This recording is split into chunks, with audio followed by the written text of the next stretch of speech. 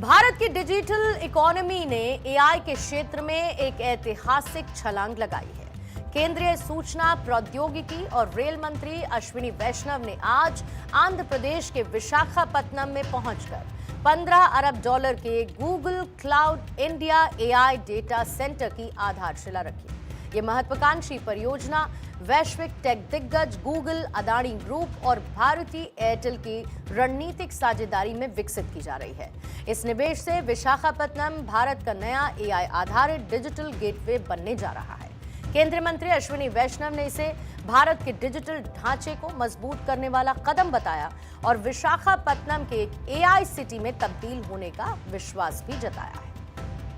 Chandrababu Naidu ji, he built the Cyberabad, part of Hyderabad, that cyber tower, which became the journey of our IT services.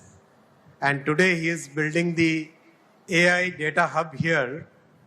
I think Vishakhapatnam will be called as AI Patnam.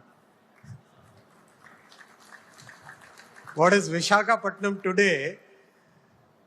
Like Cyberabad, it will become AI Patnam. Such a great initiative you have taken, sir. इस AI data centre का पैमाना भारत के मौजूदा digital infrastructure को पूरी तरह से बदलने की क्षमता रखता है।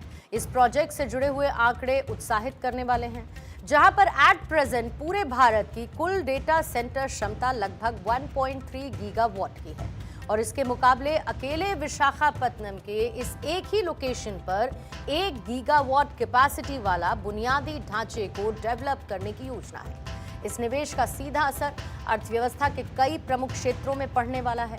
भारतीय एंटरप्राइजेस के वाइस चेयरमैन राकेश भारती मित्तल ने बताया कि विशाखापत्तनम, जो कि ऐतिहासिक रूप से एक समुद्री प्रवेश द्वार बन रहा है, अब डिजिटल इंडिया के लिए इंटेलिजेंस एज का गेटवे बनेगा।